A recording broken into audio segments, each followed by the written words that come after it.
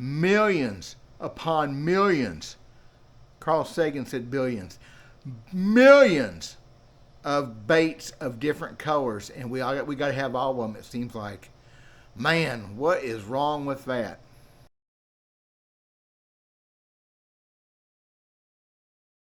This whole color thing, y'all, man, it can be confusing. Always has been, especially new guys, and there are still new fishermen out there, maybe not watching my channel, but it shouldn't be that difficult. It shouldn't be that hard. But here I am making baits and selling baits, so I create the issue as much as anybody because I'm making all these pretty colors. There's an old adage that says pretty baits catch fishermen, not fish. Well, that's not true. They'll all catch fish. But it's very much true that I am a huge donator to making pretty baits. Lots of sparkles, lots of different colors. Solely with the intention of having a fisherman buy them. I mean, that's why I'm making baits, not making baits for my health.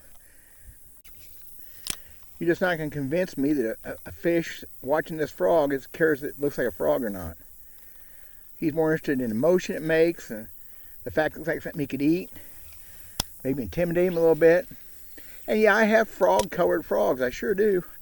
Just what I bought. But most of I have more frogs that are yellow and chartreuse and black or dark colored like this. And man, I've caught so many fish on them over the years. But then we come to the plastic baits, the soft plastics that I make. And oh brother, does that open up a world. Because I can change the amount of glitter by 5% and change the color. I can change the color of glitter from black to blue and change the color. Before I left a while ago up at my bait lab to come fishing, I tried to make an ugly bait. I did a video maybe yesterday where I remelted a bunch of plastics. It made a very nice looking bait. I kind of matched the plastics. They all had the same kind of hue to them. I didn't do that a while ago. I made baits with electric blue left over from a pour I did, I'm showing here, and a bunch of brown and some black and orange. I wanted to make a real ugly bait with the point of bringing it fishing and catching a fish on it, because like that would prove anything. It made a beautiful bait. It made like a root beer color, bronzish brown with blue flake. It made a beautiful bait. So I made a few of those. I quit. I give up. So at the risk of me sounding like or possibly being a hypocrite, I own literally thousands of bass baits in all kinds of colors. I mean, I just sitting right here now, of course, even in this room is 600-700 baits I've made, from crankbaits and topwaters, jerk baits to soft plastics. I mean, hanging on this wall right here. You know, different colors. Different, I mean, it's a thing, you know. I am going to stick to my thinking that shade, is shade the right word? There's probably a technical term of what makes a bait best in certain situations. There is no doubt in my mind that once in a while a certain color shines through, and certain seasons, like a baby bass thing, from June till about September or so. Baby bass is one of my kind of secret whatever, one of those things I go to in a crankbait. I wish I had a better explanation. We got to have colors. I'm selling baits to people. I've got to have cool colors, laminate too. I mean, all the crazy stuff we go to. Throwing everything else aside, dark or light, translucent or opaque, in stained water, I've never caught a lot of bass on a translucent worm, a see-through worm. That has always been considered a more natural color, and I think it is. When you're fishing fairly clear water, real clear water with slow bait, your Ned rigs and your shaky heads, having those naturals, those green pumpkins, watermelons, light browns, amber, crawdad colors, yeah.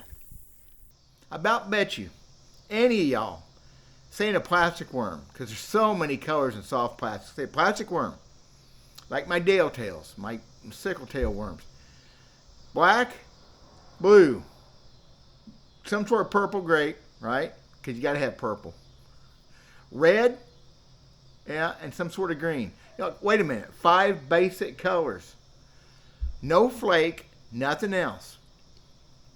You want to get a little more technical, leave the darker colored, the greens. No, forget, do one of each in a translucent, a clear color, and do opaque, a solid color, and you'd have it covered. Yeah, you catch just as many fish you are now with the fancy stuff. Black, some purple flake. Oh, about as simple as it gets. Oh yeah, dig that. That stuff I've been making the last couple of days. Just look at that. It's almost sinful. As some added bonus footage, I'm going to go through this process real quick. Just take a minute. Set your watch. I'll pretty close. Making a fire tail worm or a flower tail, a different color tail. First off, you have to pour the tails. Okay, so pull these out of the mold. Get our tails ready. Then you put the tails in a different mold and you inject plastic on top of them to get a plastic worm with that colored tail.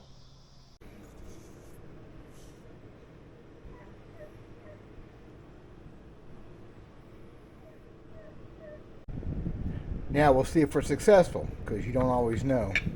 Sometimes bad things happen. Oh, look at that. Look at that. After you've already mixed all these colors up, I mean, all that work to make a bait that's pretty much. There's just so many times over the years I've had something hot happen, like those whitetails. I probably shouldn't even be talking about those whitetail baits.